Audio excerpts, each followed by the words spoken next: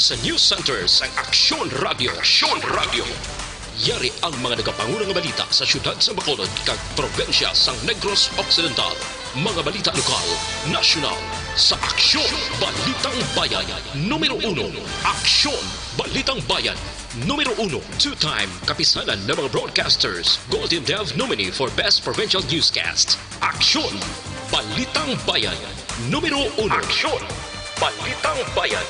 Numero 1. Kagkaroon ang inyo News Team.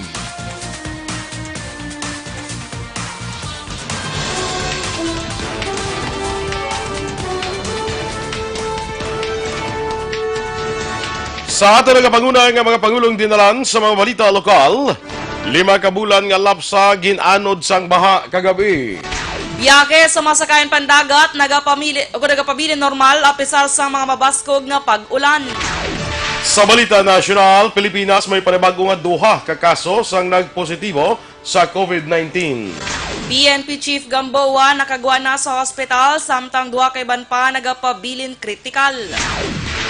Maayong aga Bacolod, may aga bunugabahin sang Western Visayas. Karong adlaw Sabado, Marso 7, 2020. Ang inyong news team, Aksyon Dorel Cabatu. Aksyon Boy Duran, ang mga balita lokal pagkatapos lamang sa niya.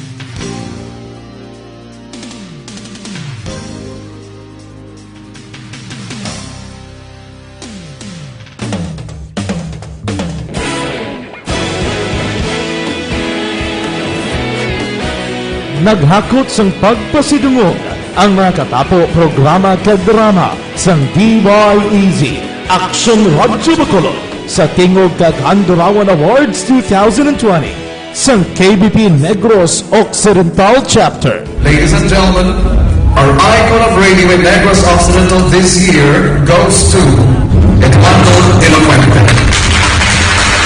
Badayon Aksyon Radio, Bacolod Saludo. Ginpasidunggan bilang icon of radio si Eduardo de la Fuente, Anchorman of the Year, Art Tayhupoy, Reporter of the Year, Brian Morden, News Presenter of the Year, Boy Duran, Special Awards for Administrative, Nani Kirao, Best Radio Drama, Ang Timbangan sang Katarungan, Best News Program for AM, Aksyon Balita Banat Dulid ni Aksyon Rex Canton, kag Best Entertainment Program for AM, This Is My Life. Numero 1.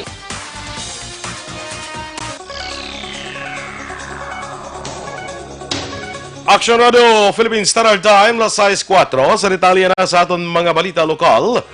Ginanod sa baha ang 5 ka bulan nga bata nga lalaki matapos narumpag ang ilabalay nga nahamtang sa kilid sa Suba dira sa Purok Malinong, Barangay Takuling, Siyudad sa Bacolod.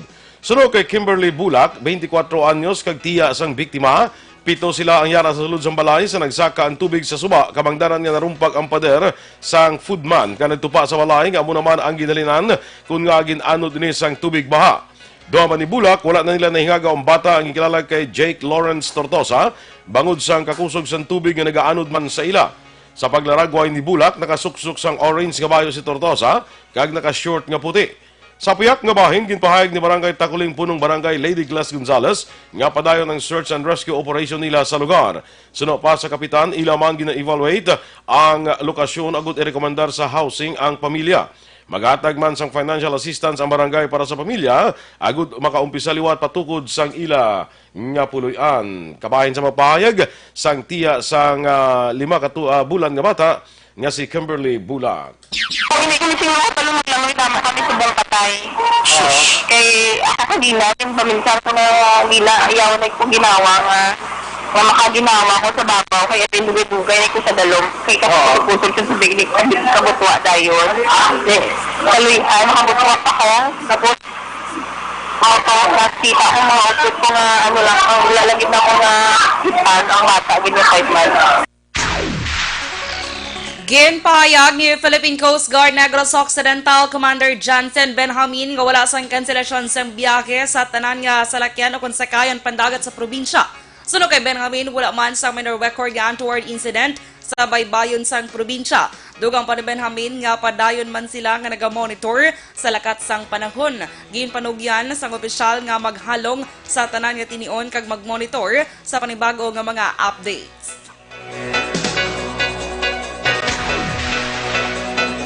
Ginpasaka na ang kasong rape batok sa 43 anyos nga amay nga ginaligar naghimulos sa iya 16 anyos nga bata. Sunod kay Police Lieutenant Arlene Torendon ang tagpamuno sa Bacolod City Police Office Women and Children's Protection Desk.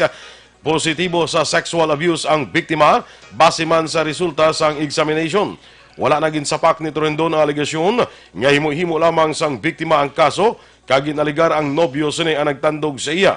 Paatag ni Torendon, consistent ang manasayon sa bata nga amay sini ang naghimulos sa iya. Ang sospetsado nagpabilin sa custodial facility sa Police Station 9 matapos mapasaka ang kaso kahapon sang hapon. Nagpabilin sa protective custody sang BCPO WCPD ang ining biktima. Itong investigador nag-conduct sa investigation o inspection at the same time nag-interview gate sa atong biktima. So dira ma-establish kag makita nato nga may abuse. Si Lieutenant Arlene Torendon sang Bacolod City Police Office Women and Children's Protection Desk. Ginahulat na lamang sa Himamaylan City PNP ang desisyon sang 23 anyos nga maestra kung luyag magpasaka sa panumbungon batok sa nagkastigo sa iyang estudyante.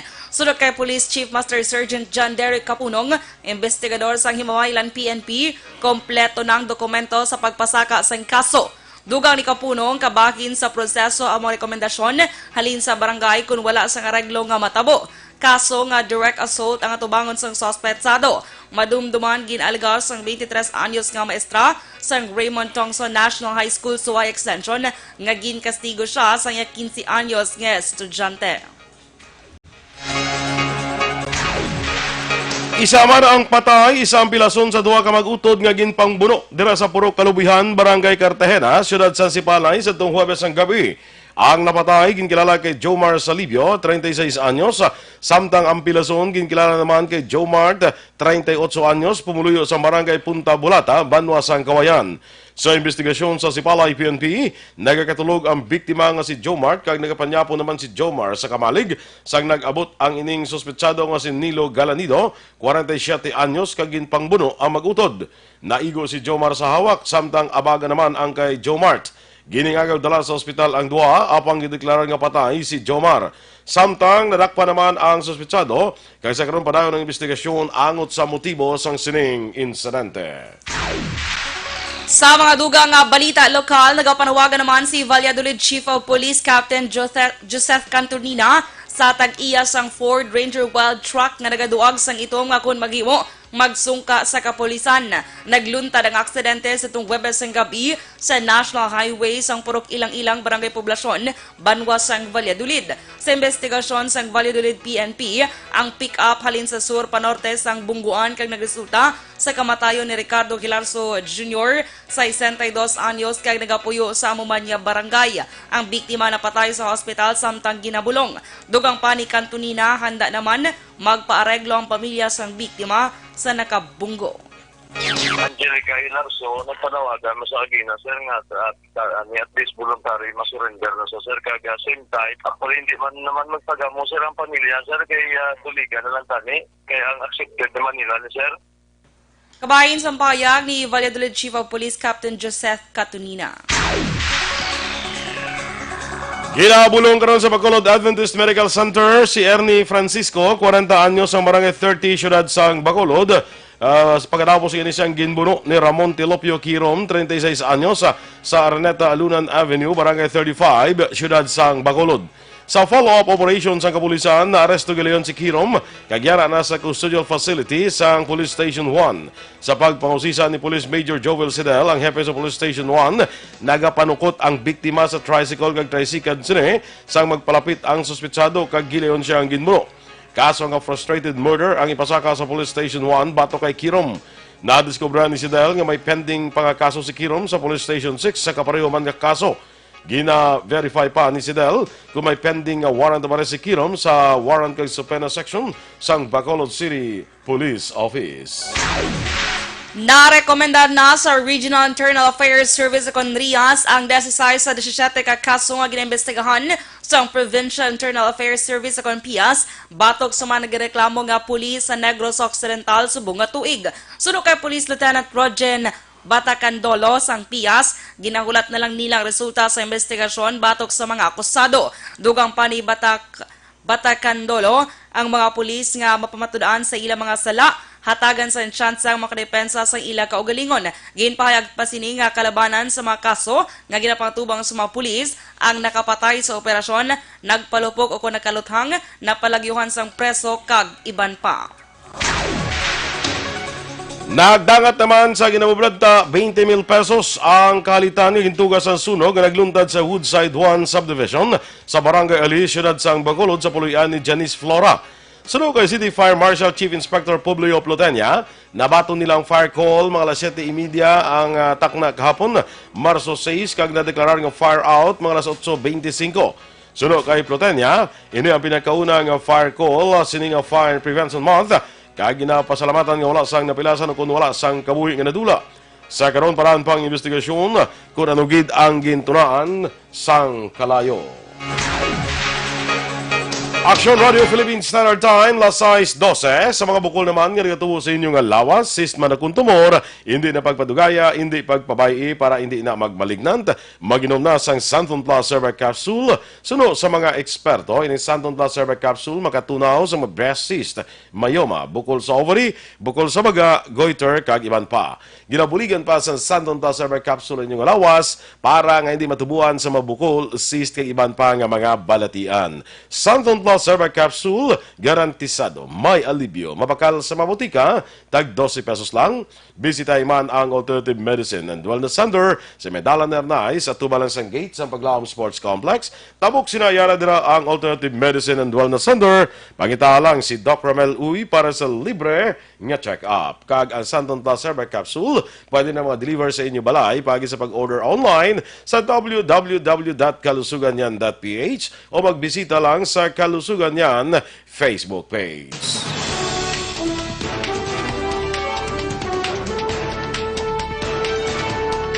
Pilipinas may panibagong duha ka kaso sa nagpositibo sa COVID-19. Samtang PNP Chief Gamboa nakagwa na sa ospital, samtang duha ka iban pa nagapabilin nga kritikal.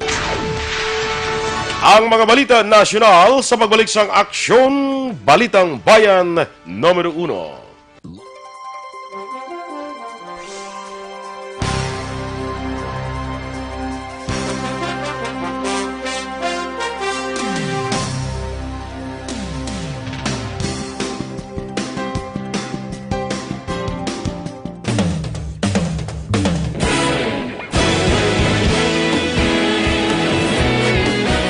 Naghakot sang pagpasidungog ang mga katapo programa kag drama sang DYEZ Aksyon Radyo Bacolod sa Tingog kag Handurawan Awards 2020 sang KBP Negros Occidental Chapter. Ladies and gentlemen, our icon of radio in Negros Occidental this year goes to Eduardo Elocuente.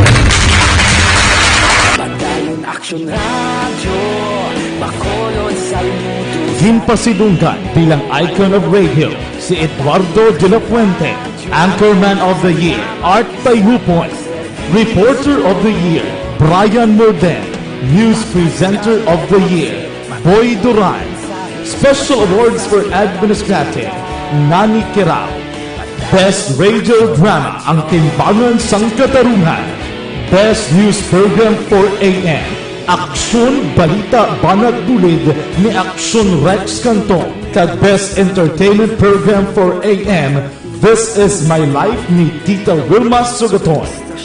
Madamo gid ni salamat mga ka-aksyon sa inyo palagi na pagpamati. Una sa balita, una sa aksyon. Una sa balita, una sa aksyon. Una sa balita, una sa aksyon. Una sa balita, una sa aksyon. Una sa balita, una sa aksyon. Una sa balita, una sa aksyon. Una sa balita, una sa aksyon. Una sa balita, una sa aksyon. Una sa balita, una sa aksyon. Una sa balita, una sa aksyon. Sa Bacolod. Aksyon Radio.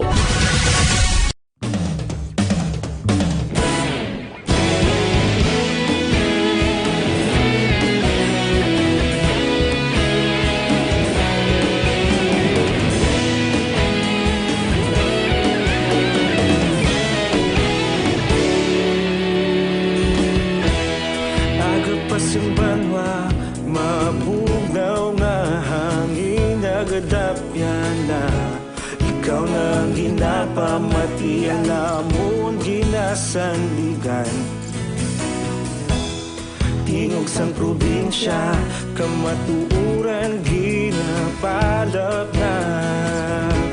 Minsay nga may dala, paglaom kag kasanat.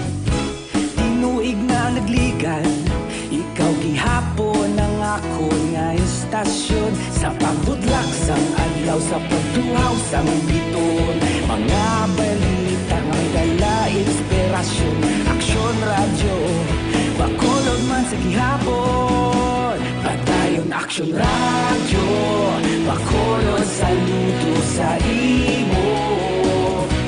Patayon Aksyon radyo, salamat kisa pagserbisyo. Patas kag balanse, matuod nga mensahe, wala sang ginadampigan. Patayon Aksyon radyo.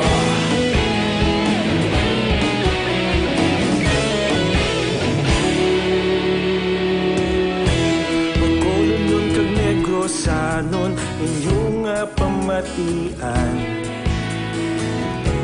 Istasyon nga nagapalaplag sang kamatuuran. Mabakod nga prinsipyo, reporter handa sa serbisyo. Kahapon, karong kag sa gihapon, kita magapadayon.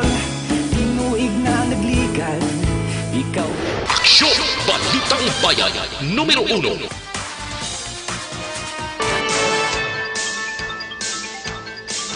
Aksyon Radio Philippine Standard Time, las 6:18. Sa detalye na sang mga balita nasyonal. Ginpahayag sang Department of Health nga duha pa nga kaso sang COVID-19 ang na-record sa Pilipinas. Bangod diri nagsaka na sa 5 ang kadamuon sa nagpositibo sa balatian diri sa Pilipinas. Suno kay Health Secretary Francisco Duque III, ang duha ka mabag-o kaso ang ginalakipan sang duha ka lalaki nga ang isa ang may travel history sa Japan, samtang ang isa ang wala nakabiyay bisan din man nga pungsod nga apektado sang balatian. Ang 48 anyos nga Pinoy nga gikan sa Japan ang nagbalik sa pungsod sadtong Pebrero 25 kag ginhilanat sadtong Marso 3. Naka-admit siya karon sa Research Institute for Tropical Medicine. Ang isa pa mo ang 62 anyos nga Pinoy nga wala naman sang travel history. Suno kay Duque, posible makabig nga local transmission ang ikalima kaso. Sa karon nagpatayan na sang contact tracing ang DOH para sa nakaupod sang ikalima o kung ikaapat kay ikalima ang COVID-19 nga kaso. Ang mga naka-close contact sa ila, ang pagkakuha naman sang samples agud nga mausisa. Ginmando ni San Juan City Mayor Francis Zamora ang pag-disinfect kag temporaryo nga pagpasira sang prayer room sa Barangay Green Hills, San Juan nga masamig nakatuan sa isa ka Pinoy nga nagpositibo sa coronavirus disease kon COVID-19. Sa ginpagawa nga pahayag ginmando sa alkalde sa San Juan City Health Office nga i-disinfect kag i-sanitize ang pasilidad. Temporaryo man ini nga ipasira samtang ginakiwang disinfection. Samtang kabulig naman ang DOH nga nagapatigan na sa contact tracing agud makilala kung saan sino nakaupod sang pasyente umpisa sang Pebrero, ang bulan nga nagumpisa nga nakitaan ini sang sintomas. Ginpanugyan ni Zamora sa mga residente nga mangin kalmado sa piyak sang unang nga nagpositibo sa kaso sang COVID-19 sa San Juan. Nagapabiling gyapon nga ang kapinsa na pulo ka mga repatriates gikan sa MV Diamond Princess sa referral hospital sang Department of Health. Kalakip ang napulo sa 25 ka mga repatriates nga nagpakita sang sintomas sang COVID-19 kagindala sa ospital gikan sa quarantine area sa New Clark City sa Tarlac. Suno kay Health Assistant Secretary Maria Rosario Vergere nga sa 25 nga ginusisa kay kuhaan sang sample, 19 na ang negatibo sa COVID-19 base man sa ginhimo nga test sang Research Institute for Tropical Medicine. Sa napulo nga nagapabilin sa ospital, 6 na lang sa ila ang pending ang resulta sang test bangod ang 4 ang nagnegatibo na. Una na ang pahig sang DILG o kung sang DIG nga 2 ka beses kada adlaw ginausisa ang kondisyon sang masobra 400 nga repatriates nga naka-quarantine sa New Clark City. Samtang Marso 11 pa matapos ang ila 14 ka adlaw nga quarantine period. Nakagwa na sa hospital ang isa sa 3 ka Pinoy sa Hong Kong nga nagpositibo sa coronavirus disease kon COVID-19. Ginkumpirma sang Philippine Consulate General sa Hong Kong nga maayo na ang kondisyon sang Pinoy kag nagbalik na ini sa iyang employer. Sa karon may 2 ka Pinoy ang nagapabilin sa isolation room sang hospital. Ginapawot man nga makagwa na sila sa hospital sa labing madali nga panahon tungod wala man nakitaan sang sintomas. 88 na ka mga Pinoy ang nagpositibo sa COVID-19 sa naglain-lain nga pungsod nga apektado sa mga balatian. So kay Health Assistant Secretary Maria Rosario Vergere, sa abo nga kadamuon 80 ang gikan sa MV Diamond Princess. Sa 80 ka Pinoy crew sa mga barko nga na-admit sa ospital sa Japan, 42 na nakagwa sa bulungan kag 21 sa ila ang nakapauli na sa Pilipinas. Mayara naman sang 13 pa ang nakabook na kag 8 ang nagahulat sa ila flight para sila makapauli man diri sa Pilipinas. Samtang ginduga pa ni Vergere nga yara pa sa ospital sa Japan ang 38 pa ka mga Pinoy nga pasyente kag nagapaayo na. Sa Hong Kong naman, 3 ka Pinoy ang positibo sa balatian, kag 2 sa ila ang naka-recover na apang nagapaydalon pa sa panibago nga mga pagtuon antes sila pagwaon sa ospital. 3 man ka Pinoy ang positibo sa COVID-19 sa Singapore, kag 1 sa ila ang na-discharge na. Samtang nagapabilin sa Doha ang Pinoy sa United Arab Emirates nga nagpositibo man sa balatian.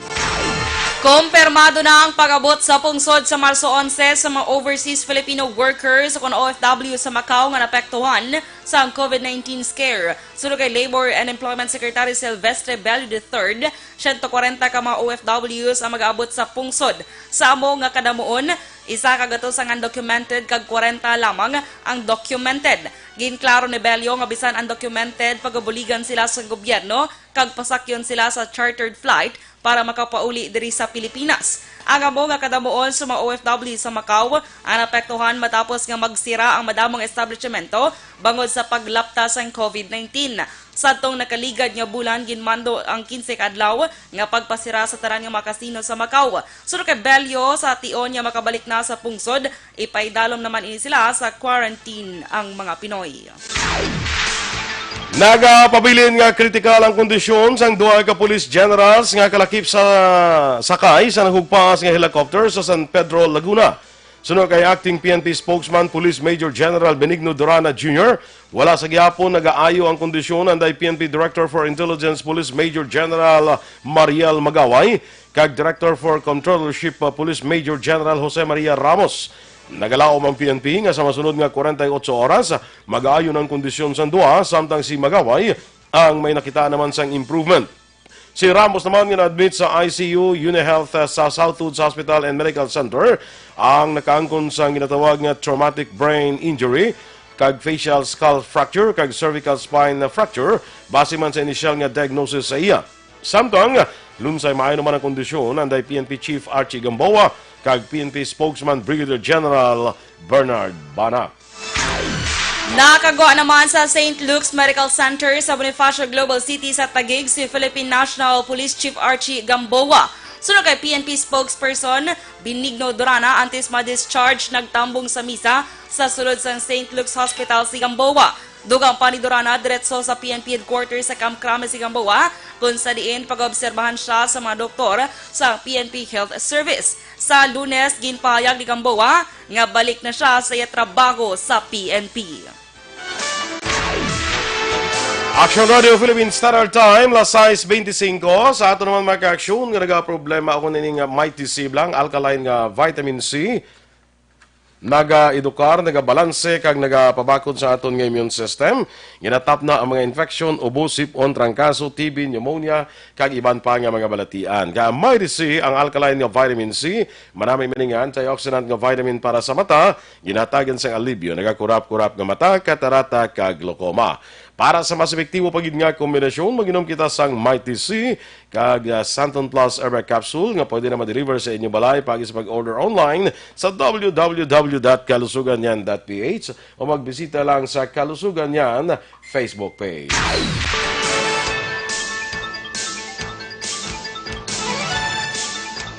Kag sa ato sinidugan ay nga mga balita national, temporaryo nga grounded o kung hindi anay pwede gamito ng aircraft sang Philippine National Police. Samtang ginapatagan pang investigasyon sa paghugpaan sa inasakyan nga chopper ni PNP Chief General Archie Gamboa. Ginpahag ni Lieutenant General Guillermo Ilazar kasunod sa ginpatigayon nga inspeksyon sa lugar sa din naghugpaas ang Bell 429 chopper sa Laguna. Naibaluan si Eliasar ang na-assign para pamunuan ang Special Investigation Task Group nga mag-imbestigar sa chopper crash. Kag sa katapusan nga balita national, kapinsa 102 milyones pesos ang ginasuspetsohan shabu ang nakompiskar sa Philippine Drug Enforcement Agency sa bypass operation sa Ginaldo Highway kag Molino Boulevard, Barangay Talaba 4, siyudad sang Bacoor, Cavite. Naaresto sa operasyon ang duha ka lalaki kag isa ka babayi nga ginkilala lamang nga Sunday alias Boy, alias Dan kag alias Ana. Nakumpiskar sa 3 ang 15 ka kilos ang ginasuspetsohan shabu nga nakasulod pa sa tea bags nga may street value nga 102 milyones pesos. Sunod kay PDEA Director General Aaron Aquino, modus ang illegal nga transaksyon ang mga i-park kag ibilin sang pusher ang salakyan sa isa ka lugar. Pagi sa duplicate nga yabes sang salakyan, ibilin sang main source ang illegal nga droga sa sulod sang salakyan. Nagwa man sa investigasyon nga si alias Boy ang main source sang shabu sa Cavite sa bugos nga Region 4A, NCR area kag syudad sang Zamboanga. Natalana nga pasakan sa kaso nga paglapas sa Comprehensive Dangerous Drugs Act ang mga naresto nga mga sospetsado.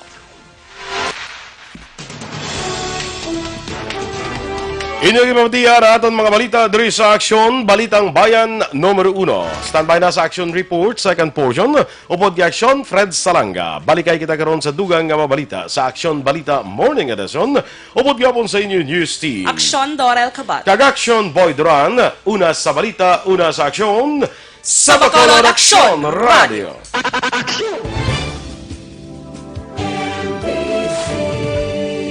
Manila Broadcasting Company. Sa balita, komentaryo, isyu, serbisyo publiko. Aksyon Radio. Sa Bacolod, Aksyon Radio. Aksyon!